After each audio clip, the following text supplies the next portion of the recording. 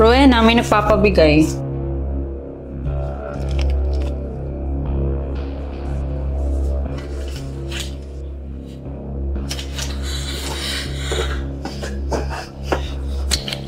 Nangyari doon?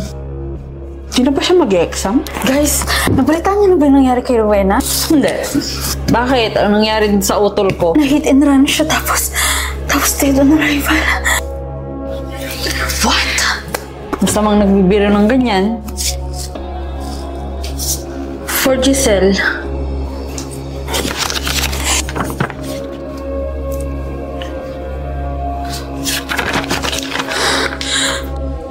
Nangyari doon?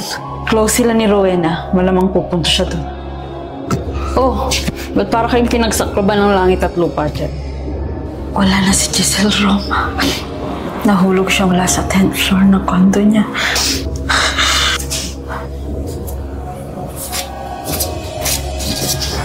Jing, Teka, bakit parang araw-araw nakatanggap tayo ng ganyang sulat?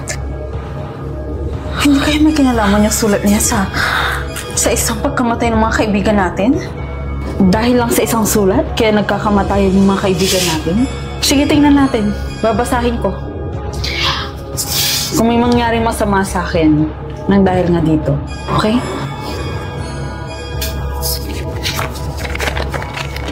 Roma? Putik.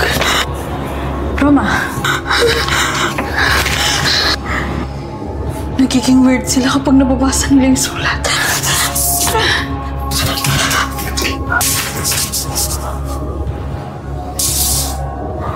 Okay, class. That's all for today. See you tomorrow. Mag-ingat kayo, ha?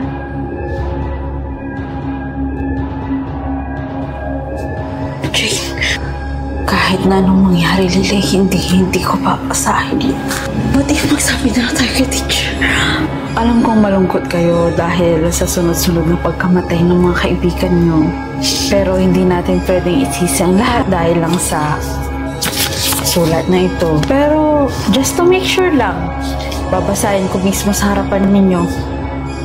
Titingnan natin kung anong nakasulat sa loob, kung bakit after nilang basahin to, ay may nangyaring masama sa kanila.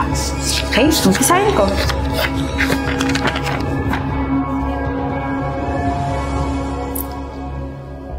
Ano ang nakasulat, ma'am? Ano ang nakasulat, ma'am? Wala. Oh, sabi sa inyo, walang nakasulat dyan. Kaya hindi natin pwedeng isisi yung mga nangyari sa kanya dahil sa simpleng papel na to, okay? Hindi kayo naniniwala? O, tingnan nyo. Sige na.